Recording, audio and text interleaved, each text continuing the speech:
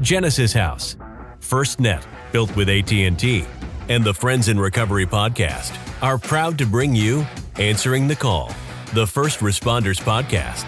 Join your hosts, Podfather, Jersey Ed, and Noontime with Skylar Noon, as they address the real issues of first responders' health and wellness, from physical and mental health to relationships and work-life balance.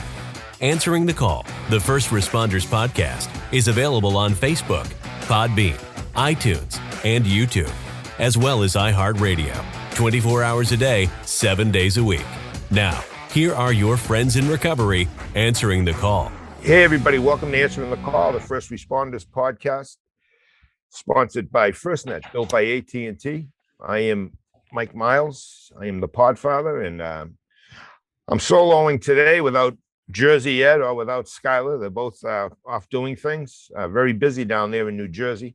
But I have a very impressive guest on today. I have Dr. Feldman, Barry Feldman. I read his bio, and I'll tell you, I said, what have you been doing with your life, Mike Miles? Jesus, I feel like a slug. How are you, Doctor? I'm great. Thanks, Mike. Great to be here. Really nice having you on. If you wouldn't mind, this is a great show, Answering the Call. We try to touch as many people in law enforcement, corrections, EMS, and veterans, as we were just talking about prior to the show. Mm-hmm. Could you I went over your bio, and I won't do it justice. So just tell us a little bit about yourself and take your time. Well, I don't like talking about myself in that respect, but I'll do a little bit of that here. Well, let's see. A lot of my work is I got my PhD in clinical social work, master's and PhD from wonderful Boston College, yes, Chestnut Hill, Mass. I gave them a lot of my money, is what that means. So I get the focus of my work over the years has been really suicide prevention. Mm-hmm. I got involved in I'm working with police, fire, EMS, military personnel over the years. I was a suicide prevention consultant to the Massachusetts National Guard. Interestingly, I got involved in suicide prevention work when I was way back when I was started teaching up at the University of New Hampshire, and they wanted somebody to do some research on suicide prevention, and I was interested. I said, sure, let me do that. I needed to get some funding, and I needed a project, and these people, came along with a project related to suicide prevention. In the course of doing my research, I became aware of the the high rates of suicide among law enforcement, police officers in particular, but fire, EMS, military. We know about the high rates of suicide among our veterans now, but that kind of jump started my career. I became interested in that respect. I'm a first responder in my own world. I'm a ski patroller. And, mostly fun work, but as we say, sometimes work gets in the way. Sure. And so I at least had a little bit of that. And I'll just kind of end this piece by, intro piece with a couple of things. I worked for a while at On-Site Academy up in Massachusetts, residential treatment and training center for Dr. Hayden Duggan? First responders, Hayden and Valerie Duggan. Yep. I'm sure know them. Wonderful people. And it was great work. I learned a lot from them. And I spent 5 years as the lead clinician at the Boston Police Stress Unit, and also worked with Boston EMS and, in that world. So, that the suicide prevention piece is really that's what I guess my specialization is. And that's probably enough about myself. Well, guys like you kill me because you're so humble. But I know Dr. Duggan, Hayden Duggan. Behind me, you can't see it, but on my wall there's a newspaper, a front page article written back in '97. And he's in the article, and him and his wife, and the on-site has helped so many people. But humble guys like yourself. uh, perfect for the job, perfect for what you do, because as you know, cops are a hard lot. It's a different job, and they just Yeah. won't talk to anybody. You know what I mean? I can Sure. see me telling you everything. I'll tell you where the bones are buried all day long, and I just met you, so. Yeah. But it's just interesting stuff. But I think it's so important. I've had several police officers in Lowell, two of them very close friends. One of them actually lived with me back in the 80s when I was single, and Chris Finnegan, he took his own life. Bobby Mhm. Martin, excuse me, Lowell police officer, took his own life. Yeah. I've had a few friends anyway, and if you're in this career long enough, you're going to come across that, and No, yeah. yeah. One of the things I forgot to mention, you prompted me a little bit here, is I did some research, actually published a paper on the impact of responding to suicide calls on police officers. And that besides the suicides in the ranks, which, very tragic, of course, responding to the calls can be very, very challenging and devastating kind of situations, and really stay, as really stay with the officers, especially when it's kids and all, but just those suicide calls are really kind of troubling, in a lot of ways. Doctor, do you feel they trigger? So I know cops, that I've been to suicides at the prison as well. I worked as a correctional officer. I saw a couple suicides, but since I retired, I've worked with the Middlesex Sheriff's Department as their EAP for 3 years. Mhm. In the city of Lowell, I was the EAP for 11 years, 8 Yeah. years, the end of my career, and then 3 years per diem when I retired. Do you believe, is it your belief or your understanding that, we have a high risk of suicides in the profession? Do you think going to a suicide for a cop that's got his own issues and concerns is a trigger? It Could be a trigger. certainly can be, Mike. And I've talked with many officers. I did a lot of critical incident debriefing work, and a lot of those debriefings were related to, frankly, responding to suicide calls. And there are elements at the calls that were kind of, I remember well, maybe not so young, an officer in a small town, small department, small town in Massachusetts. And I remember him telling me, he had to be on the scene. The person hung themselves in the woods, kind of an isolated spot. He had to stay on scene, protecting the scene until, a medical examiner arrived and so on. Sure. And he was telling me, he's out there almost 2 hours. Right. And he said, during that time, it was really eerie.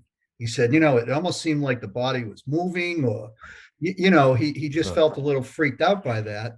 And he said, and I'm watching this, looking at this person and trying to, distract myself. But he said, I couldn't help thinking, what got him to that point? And could I get to that point someday? Right. That was pretty powerful for me. And so not necessarily a trigger, but Sure. a key point about that is officers, used to being in control. They're trained to be in control. Operationally, their lives depend on it, and so does the safety of the public.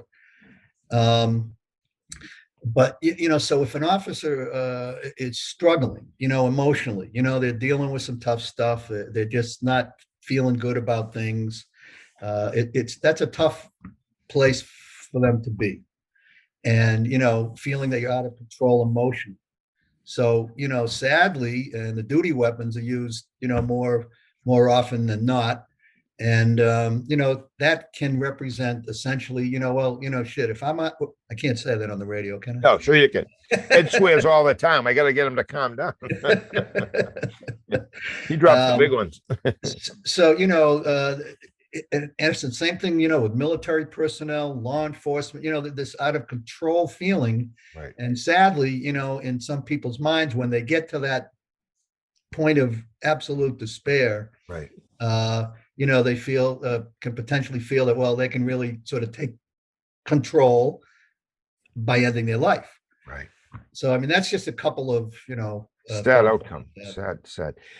James DePaulo, the high sheriff of Middlesex County, took his own life. I remember that.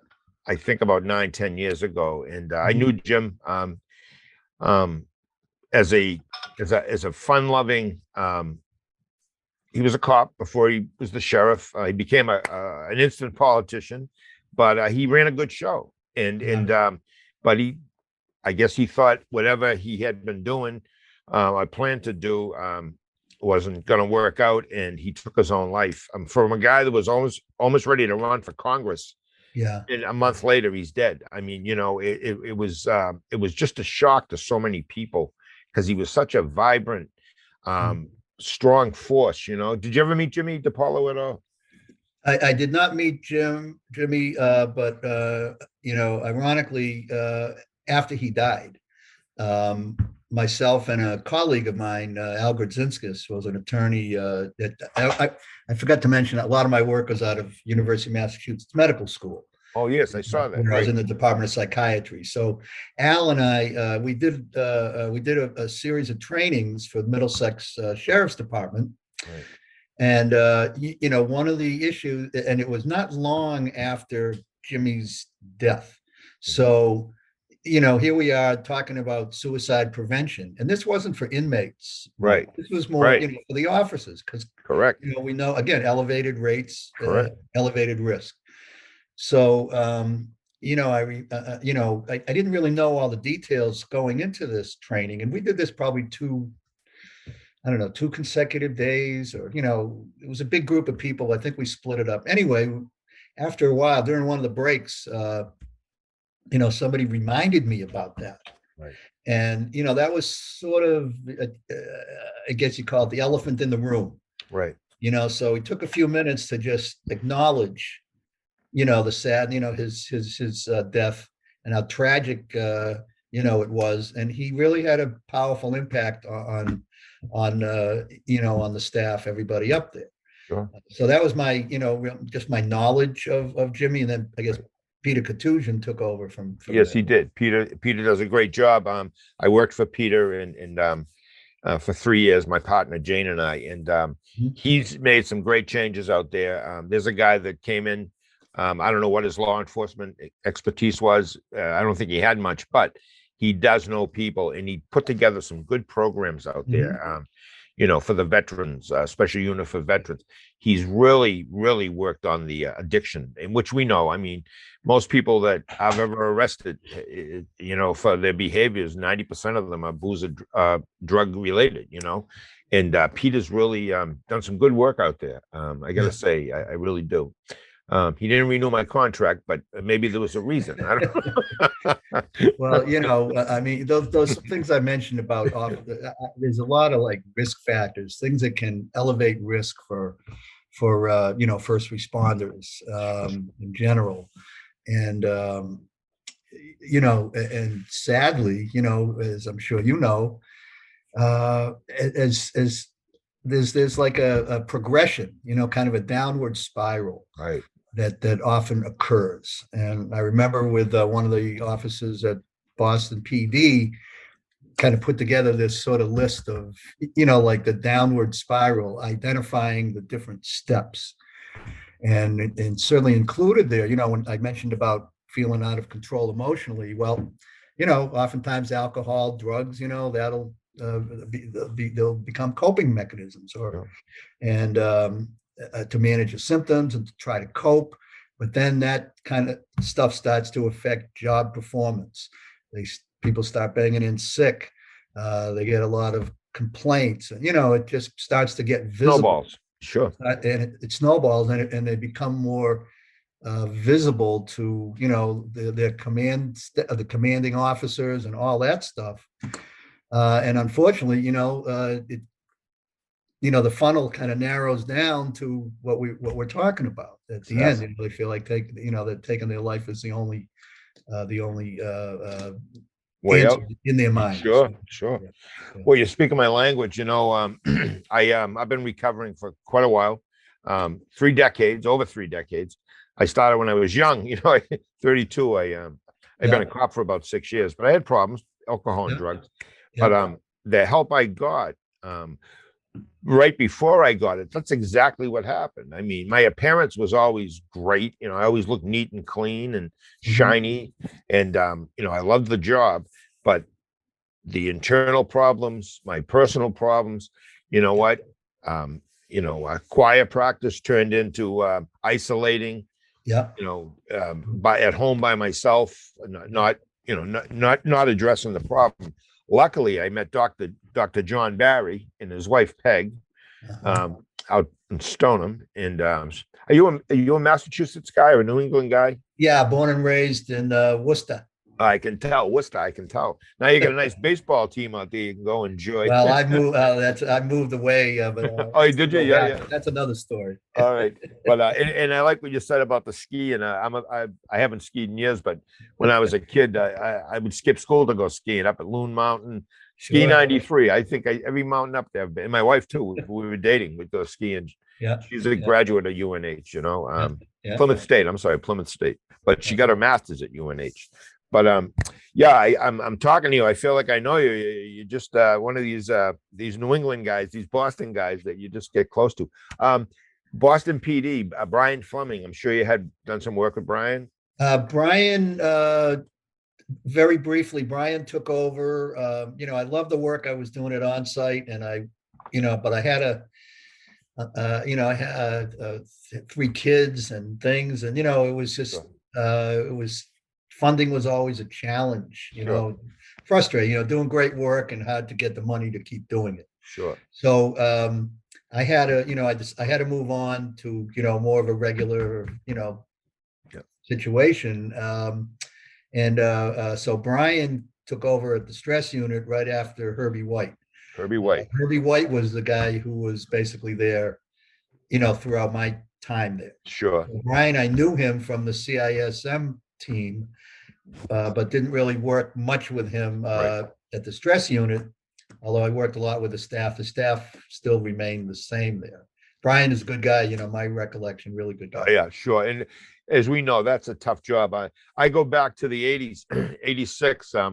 My first badge meeting was in Mattapan with Eddie Donovan and a few other guys, just a bunch of cranky, disgruntled old cops, and Yeah. I'm a 32-year-old, I felt like an old guy, but I went in there and they were very suspicious. Who's this guy? Right away I knew I was in a room full of cops, Yeah. But Dr. Barry was very helpful and over the years, and the guy that you spoke about, Dr. Hayden Duggan. I mean, I just think of the countless people he's helped, Yeah.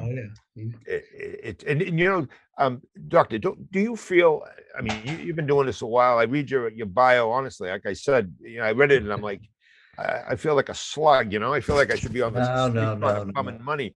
But do you feel that we're in a place nowadays in society? I know right now law enforcement is taking a beating and for whatever reasons, good or bad, I don't like to look at the political side of it, but I really don't believe there's anyone out there shooting people because of the color of their skin. I mean, training's training. We make mistakes. Cell phones are available. Back in the day, back in my career, if they had cell phones, a lot of us wouldn't be working, or we would have been answering for things that, was common nature. We had clubs. They gave us clubs when we come on. They gave you a little wooden club. Yeah. And no one ever said don't hit on the head. They just gave you a club, until you got sued a couple times, you realize don't hit them on the head, But do you think we're in a place now, meaning where law enforcement is getting, law enforcement has it available to them to get the help they need for stress, anxiety, addiction? Well, I guess yes and no. I've been kind of trying to bang that drum for a lot of years, about the importance of, treatment and access to treatment. Right. I like to think that some of the dinosaurs, so to speak, have moved on, the command staff, and there's just more awareness. I do fitness for duty work, fitness for duty evaluations, with some wonderful people at Sure you do. Chandler Psychological Services in Worcester, who, Right. um, so I guess the key is, first of all, I think you need clinicians who can understand the culture, Right. because as you said, it's not easy to get accepted or to Right. get, frankly, to be trusted. I think the big word is trust. Trust. Right. And there are, I think there are more opportunities, for officers to get help. Right. Unfortunately, a lot of the help comes like late. It's better late than never. Such a good point. Such a good point. And myself and some colleagues, we talked about even sort of a mandatory, like maybe annual or every other year or whatever, just kind of a check-in, from the mental health side. Sure. Because again, one of the wonderful metaphors from on-site is, the rocks in the backpack. Right. Officers they got to dump out those rocks in the backpack, the critical incidents. Sure. So, having help to do that is really important. I'd like to think some progress has been made. I think, a long way to go with all that. But frankly, there's a stigma in our society in general about accessing mental health services. Sure. So, and that, it's still, I think, a big concern in the police culture. Doctor, I'm going to take a quick break here. We're going to come right back to mental health services. I am the Podfather, answering the call, the First Responders Podcast, brought to you by FirstNet, sponsored by AT&T. We'll be right back. You're first. First to respond. First to put others' lives before your own. And in an emergency, you need a network that puts you first, that connects you to technology, to each other, and to other agencies. Built with and for first responders. FirstNet, the only congressionally authorized wireless network for first responders. Because putting you first is our job. Since 1992, Genesis House has been helping real people heal from addiction on their private recovery campus in beautiful Palm Beach County, Florida. Their family-owned program is accredited by the Joint Commission and offers detox and dual diagnosis treatment in a comfortable and confidential setting. At Genesis House, they focus on treating the underlying causes of addiction. Their comprehensive approach includes psychiatric care, individual and small group therapy, trauma healing techniques, and holistic care including yoga, massage, and animal-assisted therapy. After treatment, their clients enjoy the lifelong support of a nationwide network of Genesis House alumni. Call Genesis House today at 1-800-737-0933 to speak with someone who understands. Visit them on the web at www.genesishouse.net. It's time to start your journey to a long and successful recovery. Hey, everybody, welcome. Answering the call, the First Responders Podcast, sponsored by FirstNet, built by AT&T. I am the Podfather, and I'm happy to say I'm here with Dr. Barry Feldman. Jersey Ed and Skylar are off today. They're not here. They left us all to myself, and boy, I was surprised. I never thought anyone would let me do my own show, but I'm going to muddle through this. Luckily, I have a good guest, Dr. Feldman. Doctor, before we took the break, you were talking about, how it is improved. We got a long way to go as far as, police and people in this type of work, getting the help they need. And it's recognized. I like this when you said fitness for duty. I think years ago, it seems to me years ago, that it was decided amongst the higher ups in the police department in general. So now there's a place. I don't know how long, Dr. Mendonca, in this whole group you're with, how long have they been in place down there? Do you know? Oh, boy, I know Dr. John Madonna. Yeah, sorry. Yeah, and now his son is involved. I don't know. I've been working with them, like real sort of as requested, additional stuff to my own work up at UMass Medical School. So, I at least, a long time. I mean, over 20 years. Right, 20 years. Yep. I'm Yep. sure. John is a really good guy, and they do, really good work and good crew of people. Sure. And but to your point, the evaluations are, our goal is to be helpful to try to do what's best for the officer. Right. As much as we can, whether it's to stay on duty or maybe to retire. You can't force people to do that necessarily, but it's not an adversarial situation. No, it's not at all. And I think a lot of people going down there are very anxious. I've had a couple of, local police officers that were going there that say, hey, what am I going to expect? And I said, listen, you're going to be very surprised at how understanding. And I mean, these people know your job. They know, it's Mr. Potato Head, you're just a different head. They know what you're going through, and they're going to work with you. It's not like a bunch of social workers that hate, any authority. They don't like cops, So, and they all come back saying the same thing. You were right. It was good, because 90% of the time they come back with good results. They're just getting the help they need. Absolutely. Yep. Good people Yep. doing good work, I think. Yeah. I think, when I think of veterans, I know you've done work with veterans too. And I think of, what they have to go through. And again, too, with both these professions, well, all the professions, law enforcement, EMS, and veterans, the families are involved too. And, it takes a toll on the family, this type of work, Yeah. Somebody like, like the guy who sees the cop who's got to stay with the body, which is protocol, especially at a suicide, till the medical examiner gets there. I mean, it might not sound like it's tough, but some people that are so anti-police, I like to see them just go through something like that. That's a very tough thing to do. Yeah. And then you go home and you got your wife and children, and you got to be a dad or a mom, in some cases. Hard to flip the switch. Certainly. I'm sure you've worked with family members. Yeah. Yeah. A lot of work with veterans over the years. And as I mentioned, the National Guard, suicide prevention consultant to them. But, that is very kind of different, sort of more, I don't want to say as an outsider, but, I'm not a veteran.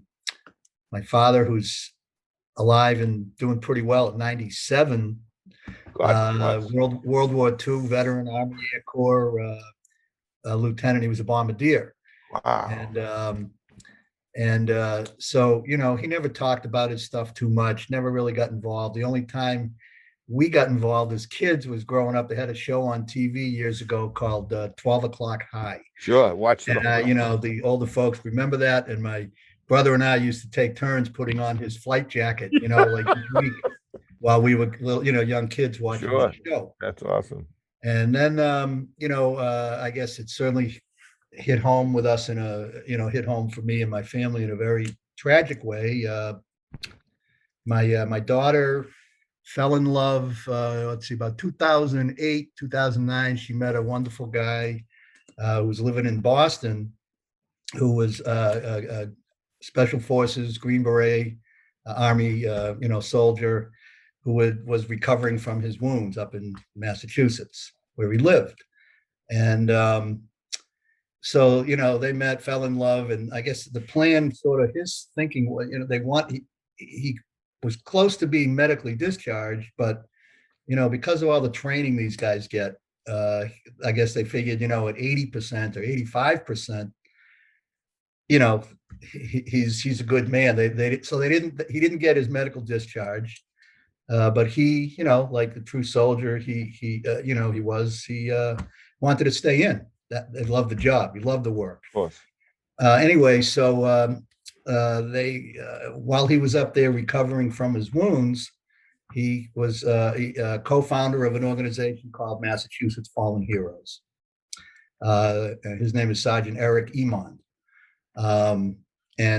So they moved down to, they had a daughter up there, and then they moved down to North Carolina. He's stationed at Fort Bragg. So I guess, to kind of get to the end of the story, because it's still tough for me to talk about it. I bet.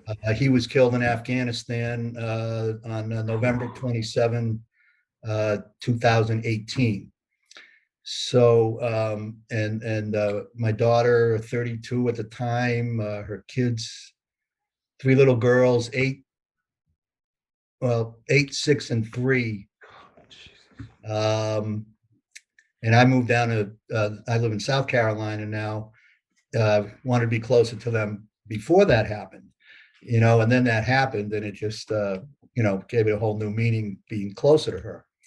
So, she hates it when I talk about, she doesn't like me to talk about this stuff, so I won't get into a lot of the Right. details. But from the family side, I think, I just want to say, awful, awful, awful, as but and I mentioned Mass Fallen Heroes because the organization that Eric was, helped to establish, that organization was very instrumental in helping my daughter and our family, frankly, over the first year. You can imagine all the crazy stuff going on, and and the stress and the challenges and all that.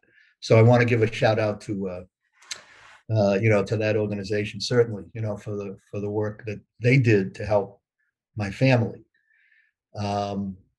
So that's the side of it that people don't really realize, the families involved, the impact on the families of the service, our servicemen and women, who, the general public, I think in many instances, really, don't even know what's going on over there. I hear people say like, well, they still fighting really in Afghanistan? Right. Well, that's what, that's what they sign up for. Yeah. You get killed, and that's what you sign up for. Same thing with cops. You get the line of duty deaths, and the general public has a different perspective. Yeah. So anyway, that's a little bit of the personal side in the military world for me. Well, it's very touching. Mass Fallen Heroes. I wrote it down. Believe me, we're gonna figure something out and send a donation. And Eric, was he a sergeant, a lieutenant? Yeah, Sergeant First Class. Sergeant First Class, Eric Emond, EMOND. Yeah. And by the way, that organization also assists families, police families and fire, and it's not solely right. Focused on military. Right. So, it's well, you have your own burdens. When I hear the 3 little girls, and I just think of 5 of my friends were killed in a plane crash, 5 Lowell police officers coming back from a hunting trip. And it happened like that. And 2 of them were my closest, very close friends. One of them was the academy. Even prior, we were friends, Stephen Smith. He was a lieutenant. He was a Marine. He was a lawyer. He was a state trooper for one day. He went to the academy, got out and said, I'm really don't want this job. I just want to see if I can do it. He graduated tops in his class. And I'm sure Eric, Emond, these type of people that are just a blink, like a bright star that goes out so quickly, it's just heartbreaking, because these are the people that should be running this world. We should be listening to them, and they go so quick, and you got a legacy. But thank God, your children and grandchildren and your family have someone like yourself. You're an amazing person. You really are. No, you seriously are. I know you don't want to hear it, but too bad. Thank you. Well, thank you. You're gonna thank hear you. it. And I don't want to hear it. No. Yeah, I know you don't. Oh, I know you don't. Believe me, you're humble. I could tell. Right from the beginning, Doctor. But wow, this is something. We have a number I haven't given out. I've been kind of lapsed here. You're an interesting guest. This has been like a great. This has been a great podcast for me. This is one of the best. We have Copline, 1-800-COPLINE. It's 100 police officers retired who are on the phones 24/7, 365. Yep. Stephanie Samuels, we had her on a few weeks ago on our podcast. Wonderful lady. She put this together. She's a clinician as well. She was wonderful. And 1-800-COPLINE is a number you can call, not just about feeling suicidal or have suicide ideation, if you're depressed, anxious, you're in this line of work, you call them, and anybody out there wants to make a donation to an organization that helps not just veterans, but specifically veterans, but also other people in EMS and law enforcement. It's Mass Fallen Heroes, and I'm sure if you go on, you can Google that and you'll get all the pertinent information. Yep. Doctor, I got to tell you, I had the worst day. Which real quick, this is how my day went. I had a beautiful morning. I met my daughter and my granddaughter. We had breakfast, and then from there, it just all went downhill. I had $60 in my pocket. I pulled it out somewhere. Someone found it. I made someone's day. I lost three $20 bills. Then I drove into a dumpster. I don't know what I was doing. Luckily, I was going slow, but I did a lot of damage to the front end of my car. And I said, Jesus, this day couldn't get any worse. But here it is. Reminds me of the story, Mike, where I was sitting in a coffee shop several years ago in Worcester, and so a Worcester cop that I knew, came in, and so we're just kind of talking, hey, how's it going? I didn't really know him, I knew him a little bit, hadn't really talked much, but we started talking, over the coffee and stuff, and I said how things going and all that. So he reaches into his pocket and he pulls out a dollar bill. He puts a dollar bill on the counter and he says, "Take the dollar." I said, "I don't want to take your dollar. I'm not going to take your dollar." He says, "Take the dollar." I a couple more minutes, he's just take the freaking dollar, So I took the dollar. He says, "All right, now I'm your client."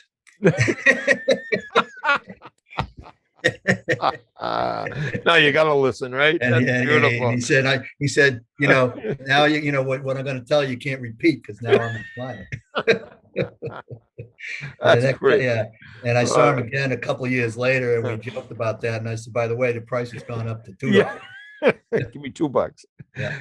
Hey, years ago when I first started getting well, I had no money. I was out of work. They were going to fire me. 17 months anyway. I was doing odd jobs, but I really literally had very little resources. But a Dr. Xavier Michaels, Dr. Michaels, he's still alive. He's 94. He started seeing me, and I told him, I said, "Doc, I have no insurance. I have no money." He said, "Can you afford $5 a week?" I said, "Of course." And I said, "I feel like I'd be insulting you." And he said, "Well, Mike, I wouldn't even take the $5, but," he said, "if I saw you for nothing, it'd be just two guys talking." He goes, "But if I charge you," he goes, "you're getting professional help." Yeah. And for several months, you know what? And when he retired, he gave me some stuff from his office. That man saved my life. And, it's people like that, you just never, ever forget and you think of it. And, I got a feeling anybody watching or listening to this podcast, Barry, they're never going to forget you. You are an incredible. No, you really. I know you're humble. You don't want to hear the bullshit, but I'm turning red. I know you. I can see it. You're the best. Hey, we're gonna call this the end of the show, but end of this podcast. But would you come on again when Ed's feeling better? Yeah, I'd love to. You're a really good guy, and I think it's really important stuff that you're doing. And if I can contribute in any way, I'm happy to do that. So the answer is yes, I would certainly want to do that. Absolutely. Super. All right. Don't leave because I'm going to sign out from the show, but I just wanted to get your address afterwards. Sure. Thanks for coming on, Dr. Barry Feldman. Incredible show. This couldn't have gone any better if I tried. Thank you so much for all you do and just for everything you've provided today. Thank you. Thanks to all the men and women out there who doing, the tough work that they do or have done the tough work over the years, if they're retired and have moved on. Thanks for what you do. Well, nice closing. Thank you so much. Hey, everybody, answering the call, the First Responders Podcast, sponsored by FirstNet, built by AT&T.